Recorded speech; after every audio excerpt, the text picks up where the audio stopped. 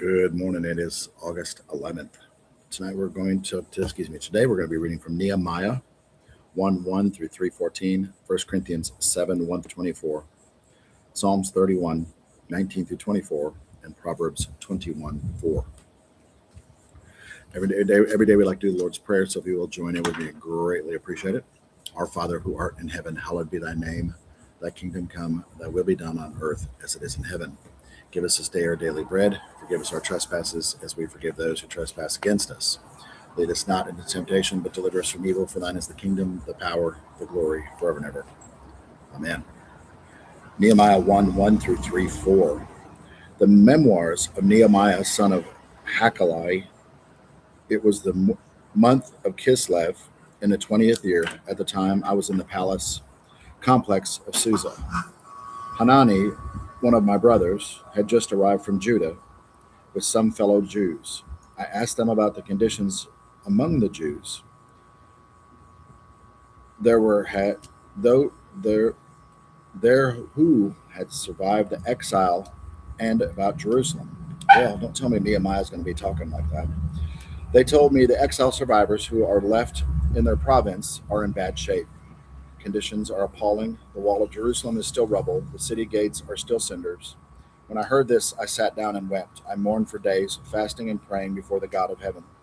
I said, God, God of heaven, and great, awesome God, loyal to his covenant and faithful to those who love him and obey his commands. Look at me, listen to me, pay attention to this prayer of your servant that I am praying day and night in intercession for your servants, the people of Israel, confessing the sins of the people of Israel. And I'm including myself. I and my ancestors are among those who have sinned against you. We've treated you like dirt. We haven't done what you told us, haven't followed your commands, and haven't respected the decisions you gave to Moses, your servant. All the same, remember the warning you posted to your servant Moses. If you betray me, I'll scatter you to the four winds. But if you come back to me and do what I tell you, I'll gather up all these scattered peoples from wherever they ended up and put them back in the place I chose to mark with my name. Well, there they are, your servants, your powerful whom you so your people whom you so powerfully and impressively redeemed. O Master, listen to me, listen to your servant's prayer. And yes, to all your servants who delight in honoring you, and make me successful today so that I get what I want from the king. I was a cupbearer to the king. It was the month of Nisan in the 20th year of Artaxerxes, that's a mouthful, the king. At the hour for serving wine, I brought it in and gave it to the king. I had never been hand dog in his presence before, so he asked me, why the long face? You're not sick, are you? Or are you depressed? This made me all the more agitated. I said, long live the king, and why should I be depressed when the city where all my family is buried, is in ruins and the city gates have been reduced to cinders? The king asked me, so what do you want? Praying underneath my breath to the God of heaven, I said, if it please the king, and if the king thinks well of me, send me to Judah, to the city where my family is buried, so I can rebuild it. The king, with his queen sitting alongside him, said, how long will your work take, and when would you expect to return? I gave him a time, and the king gave me his approval to send me. Then I said, if it please the king, provide me with letters to the governors across the Euphrates that authorize me my travel through Judah, and also an order in Asphah, keeping the king's forest, to supply me with timber for the beams of the temple fortress, the wall of the city, and the house where I will be living.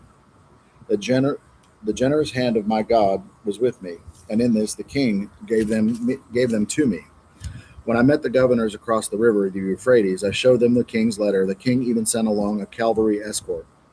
When Sanballat, the Honorite, and Tobiah, the Ammonite official, heard about this, they were very upset, angry that anyone would come to look after the interests of the people of Israel. So I arrived in Jerusalem. After I had been there 3 days, I got up in the middle of the night. I and a few men who were with me, I hadn't told anyone what my God had put in the heart to do for Jerusalem. The only animal with us was the one I was riding. Under cover of night, I went past the valley gate towards the Dragon's Fountain to the Dung Gate, looking over the walls of Jerusalem, which had been broken through and whose gates had been burned up. I then crossed to the fountain gate and headed to the king's pool, but there wasn't enough room for the donkey I was riding to get through. So I went up the alley in the dark and continued my inspection of the wall. I came back in through the valley gate. The local officials had no idea where I'd gone or what I was doing. I hadn't breathed a word to the Jews, priests, nobles, local officials, or anyone else who would be working on the job. Then I gave them my report. Face it, when in, we're in a bad way here. Jerusalem is a wreck, and the gates are burned up. Come, let's build the wall of Jerusalem and not live with its disgrace any longer. I told them how God was supporting me and how the king was backing me up. They said, "We're with you. Let's get started." They rolled up their sleeves, ready to do the good work. When Sanballat and the Honorite and Tobiah, Ammonite official, and Geshem, the Arab, heard about this, they laughed at us, mocking, "Ha, what do you think you're doing? Do you think you can cross the king?" I shot back, "The God of heaven will make sure we succeed. We're his servants, and we're going to work, rebuild. You can stick to your own business. You get no say in this. Jerusalem's none of your business." The high priest Elishab and his fellow priests were up and at it. They went to work at the sheep gate and repaired it and hung its doors, continuing as far as the tower of the tower of Hanel. The men of Jericho worked alongside them and next to them, Zakur, son of Amiri. The fish gate was built by the Hassana brothers. They repaired it, hung its doors, and installed its bolts and bars.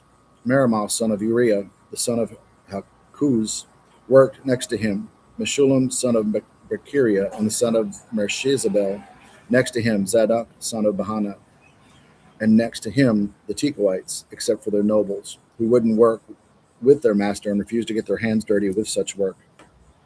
The Jeshenna gate was built by Joadiah, son of Pasiah, and Meshullam, son of Bosibiah. They repaired it, hung its doors, and installed its bolts and bars. Machlina, the Gibeonite, Jadon, the Meronite, and the men of Gibeon and Mizpah, which were under the article of the governor from across the Euphrates, worked alongside them.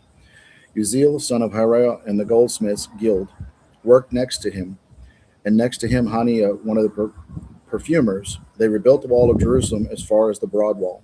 The next section was worked on by Raphiah, son of Hur, mayor of half district of Jerusalem. Next to him, Jediah, son of Haramoth, rebuilt the front of his house. Hatson Hashabana worked next to him. Machila, son of Hiram, and Hashob, son of Pahath Moab, rebuilt another section that included the tower of furnaces. Working next to him was Shalom, son of Halawashesh, mayor, another half district of Jerusalem, along with his daughters. The valley gate was rebuilt by Hunan and the villagers of Zonah. They repaired it, hung its doors, and installed its bolts and bars. They went on the repair 1,500 feet of the wall as far as the dung gate. The dung gate itself was rebuilt by Machila, son of Rechab, the mayor of the district of Beth Harakim. He repaired it, hung its doors, and installed its bolts and bars.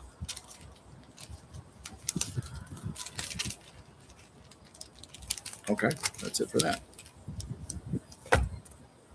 The breakdown of Nehemiah 1:1 through 3:14, burdened before building. Nehemiah hears that Jerusalem's walls are broken down and its people are vulnerable. His first response isn't action, it's prayer, fasting, confession, and seeking God. Okay, that's profound. His first action is prayer, fasting, confession, and seeking God. Then God opens the door for him to approach the king, receive permission, resources, and protection. When Nehemiah arrives, he inspects the damage quietly before announcing the plan. Then he tells the people essentially, let's rebuild, and they do. Everyone takes responsibility for a section of the wall. The lesson: before God gives you a rebuilding assignment, he may first give you a burden. Nehemiah didn't just see a problem, he allowed God to make it personal. Then he turned prayer into action. For us, don't just complain about what's broken. Pray about it, get a vision from God, and start rebuilding. That's good. 1 Corinthians 7:1 through 24. Now getting down to the questions you asked me in our letter to me. First, is it a good thing to have sexual relations? Certainly, but only with a certain context. It's good for a man to have a wife, for a woman to have a husband. Sexual drives are strong, but marriage is strong enough to contain them and provide for a balance of fulfilled sexual life in a world of sexual disorder. The marriage bed must be a place of mutuality. The husband seeking to satisfy his wife, the wife seeking to satisfy her husband. Marriage is not a place to stand up for your rights. Marriage is a decision to serve the other, whether in bed or out. Abstaining from sex is permissible for a period of time if you both agree to it, and it's only for the purposes of prayer and fasting, but only for such times. Then come back together. Satan has an ingenious way of tempting us when we least expect it. I'm not, understand, commanding these periods of abstinence, only providing my best counsel if you should choose them. Sometimes I wish everyone were single like me and simpler life in many ways. But celibacy is not for everyone any more than marriage is. God gives the gift of the single life to some and the gift of married life for others. I do, though, tell the unmarried and widows the singleness might well be the best thing for them. It has been for me. But if they can't manage their desires and emotions, they should by all means go ahead and get married. The difficulties of the marriage are preferable by far to a sexually tortured life as a single. If you are married, stay married. This is the master's command, not mine. If a wife should leave her husband, she must either remain single or else come back and make things right with him. As a husband, he has no right to get rid of his wife. For the rest of you who are mixed marriage, Christian, married, and non Christian, we have no explicit command from the master. This is what you must do. If you are a man with a wife who is not a believer, but who still wants to live with you, hold on to her. If you are a woman with a husband who is not a believer, but he still wants to live with you, hold on to him. The unbelieving husband shares to an extent in the holiness of his wife, and the unbelieving wife is likewise touched by the holiness of her husband. Otherwise, your children would be left out. As it is, there also is included in the spiritual purposes of God. On the other hand, if the unbeliever spouse walks out, you've got to let them go, him or her go. You don't have to hold on desperately. Let them go. God has called us to make the best of it as peacefully as we can. You never know, wife. The way you handle this might bring your husband not only back to you, but to God. You never know, husband. The way you handle this might bring your wife not only back to you, but to God. And don't be wishing you were someplace else or with someone else. Where you are right now is God's place for you. Live and obey and love, believe right there. God, not your marital status, defines your life. Don't think I'm being harder on you than the others. I give the same counsel in all the churches. Were you Jewish at the time God called you? Don't try to remove the evidence. Were you non-Jewish at the time of your call? Don't become a Jew. Being Jewish isn't the point.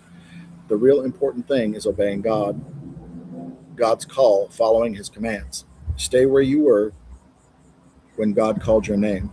Were you a slave? Slavery is no roadblock to obeying and believing. I don't mean you're stuck and can't believe. If you have a chance at freedom, go ahead and take it. I'm simply trying to point out that under our new master, you're going to experience a marvelous freedom you would have never dreamed of.